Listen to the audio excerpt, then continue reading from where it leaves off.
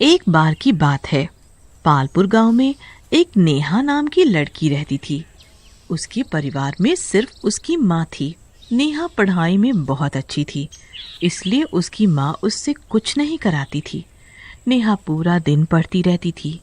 जब उसकी स्कूल की पढ़ाई पूरी हो गई थी, अब नेहा को आगे की पढ़ाई के लिए शहर जाना था। नेहा अपनी माँ से पूछने जाती है, माँ, मुझे आपसे बातें करनी है। हाँ बोलो बेटा, क्या बातें करनी है मुझसे? अब माँ मुझे कुछ बोलना था। हाँ बोलो ना, क्या बात है? मुझे आगे की पढ़ाई के लिए शहर जाना पड़ेगा। अरे तो उसमें इतनी हिचकिचाने वाली कौन सी बात है? इतना बोल के उसकी माँ वहाँ से चली जाती है। नेहा मन ही मन सोचती है कि माँ ने कुछ बोला क्यों नहीं, क्या मैं आगे की पढ़ाई कर पाऊंगी? नेहा उदास होकर घर के बाहर चली जाती है। थोड़ी देर बाद नेहा घर वापस आती है। अरे तुम कहाँ चली गई थी? मैं बाहर गई थी अपनी सहेली के पास। नेहा इतना बोलती है कि उसकी माँ उसे कुछ पैसे देती है। नेहा अपनी माँ से पूछती है, ये क्या है माँ, मुझे इतने सारे पैसे क्यों दे रही हो? उसकी माँ मुस्कुराने लगती है और बोलती है, तुझे नहीं पता मैंने किसके लिए ये पैसे दिए हैं तुम्हें? नहीं पता मुझे माँ। तुम्हें आगे की पढ़ाई के लिए शहर जाना था, उसी के लिए पैसे दिए हैं ये। नेहा बहुत खुश हो जाती है और अगले दिन सुबह नेहा शहर के लिए निकल जाती है। जब नेहा शहर पहुंच जाती है तो वह सबसे पहले अपने कॉलेज जाती है। कॉलेज जाते ही वो अपना एडमिशन करवाती है और कॉलेज की तरफ से उसे गर्ल्स हॉस्टल में 123 नंबर का कमरा मिलता है। वो अपने कमरे में चली जाती है। रात काफ़ी हो जाती है तो नेहा सोचती है, हाँ रात तो बहुत हो गई है, मैं अभी सो जाती हूँ। जब सुबह होगी तब उठकर कमरा साफ करूँगी। हाँ, इतना बोल के नेहा सो जाती है। रात के करीब 2 बज रहे थे कि अचानक से उसके कमरे में से अजीब तरह की आवाज़ें आने लगती है।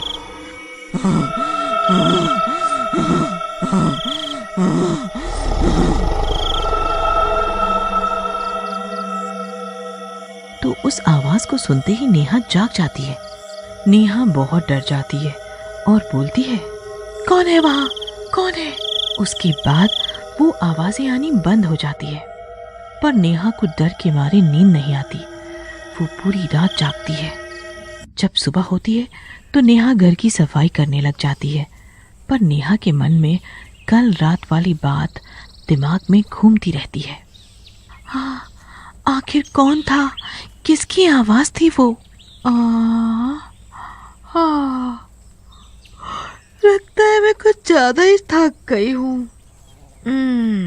मुझे कुछ गलतफहमी हो रही है। इतना बोल के नेहा निकल जाती है। वहां से आके नेहा खाना बनाती है। खाना खा के वो पढ़ने लग जाती है। पूरा दिन बीत जाता है। रात को अचानक से लाइट चली जाती है। नेहा को अंधेरे से डर लगता है। नेहा बोलती है,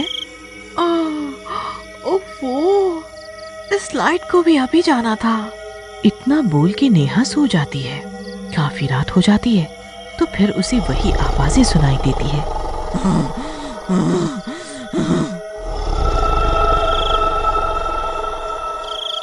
नेहा जग जाती है और बोलती है, कौन है वहां पर? पर अंधेरे के चलते उसे कुछ नहीं दिखाई देता है। नेहा बहुत डर जाती है और उसे नींद भी नहीं आ रही होती है। नेहा बस यही सोचती रहती है कि कब सुबह हो और कब मैं बाहर जाऊं। पता नहीं मैं कहाँ फंस गई हूँ।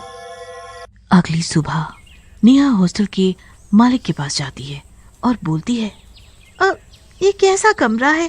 इसमें तो अजीब अजीब तरह की आवाजें आती हैं रात को। मुझे दूसरा कमरा चाहिए। मैं अब इस कमरे में बिल्कुल नहीं रहूंगी। इतना बोलती है कि हॉस्टल का मालिक बोलता है, एक तो इतने कम दाम में मैंने तुम्हें कमरा दिया है और कमरे तुम्हारे बजट से बाहर है। नेहा वहां से चली जाती है। जब नेहा वहां से जा रही होती है तो उसे एक बुढ़िया बुलाती है। नेहा उस बुढ़िया के पास जाती है। क्या हुआ माँ जी, आपको कुछ काम था मेरे से? बेटी, तुम यहाँ नई आई हो क्या? हाँ माँ जी। अब तुम्हें पता है, उस कमरे में आज तक मैंने किसी को नहीं देखा। बहुत सालों से मैं रह रही हूँ। उस कमरे में से अजीब अजीब तरह की आवाजें आती हैं। और लोगों से भी यही सुनने को मिलता है कि उस कमरे में एक लड़की ने अपनी जान दे दी थी। तब से उस लड़की की आत्मा उस कमरे में ही रहती है। बेटी, अगर जिंदा रहना चाहती हो तो उस कमरे में मत जाओ वहाँ। अब आगे तुम्हारी मर्जी। मैं तो चली। इतना बोल के वो बुढ़िया वहां से चली जाती है। नेहा अपने कमरे में जाती है, उसे वही आवाजें सुनने को मिलती है।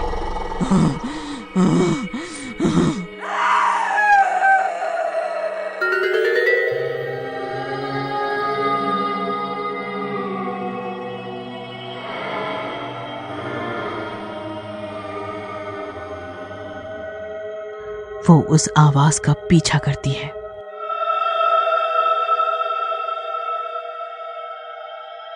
और बोलती है, देखती हूँ कि ये आवाजें आ कहां से रही हैं। अब मुझे पता लगाना होगा कि इस लड़की का क्या राज है। नेहा उस आवाज का पीछा करते करते बाथरूम में चली जाती है। जब नेहा बाथरूम में पहुंचती है तो उसे दिखाई देता है एक लड़की खून से लथपथ थी।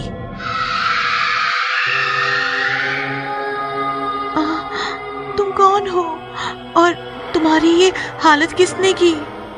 भूतनी रोने लगती है और बोलती है, मैं भी तुम्हारी तरह शहर में पढ़ने आई थी, लेकिन मैं जब इस हॉस्टल में आई तो मुझे हॉस्टल के मालिक ने 123 नंबर का कमरा दिया था। कुछ दिन तो सब सही चल रहा था। एक दिन लाइट चली गई थी। मैं हॉस्टल के मालिक से बोलने गई तो उसने मुझे गलत इस्तेमाल किया और मेरे साथ गलत काम किया था।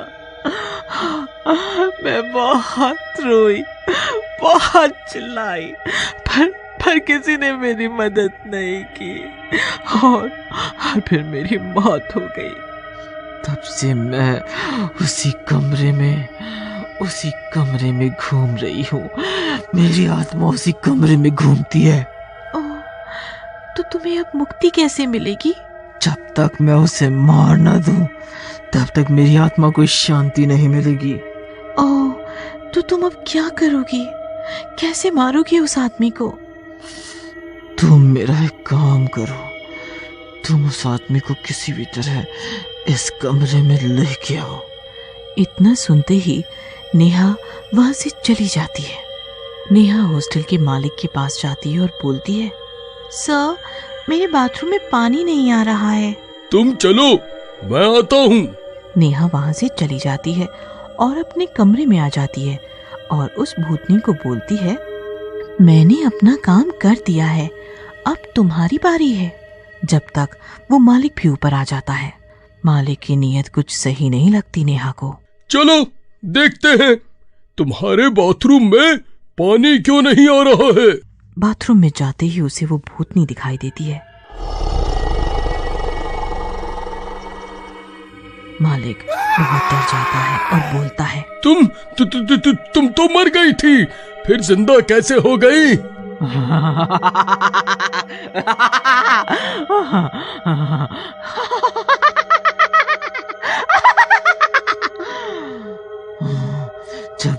जब तक मैं तुझे मार न डालूं, तब तक मेरी आत्मा ऐसे ही भटकती रहेगी, ऐसे ही भटकती रहेगी। नहीं, मुझे माफ कर दो, मेरे से गलती हो गई। भूतनी उसकी कोई बात नहीं सुनती और उसे मार देती है और उसकी लाश को वहीं डाल देती है। जब तक नेहा आ जाती है और बोलती है, तुम्हारे साथ बहुत गलत हुआ था, उसकी सजा तो उस आदमी को मिलनी ही चाहिए थी। भूतनी ये सब सुनकर नेहा का शुक्रिया करती है और वहां से गायब हो जाती है।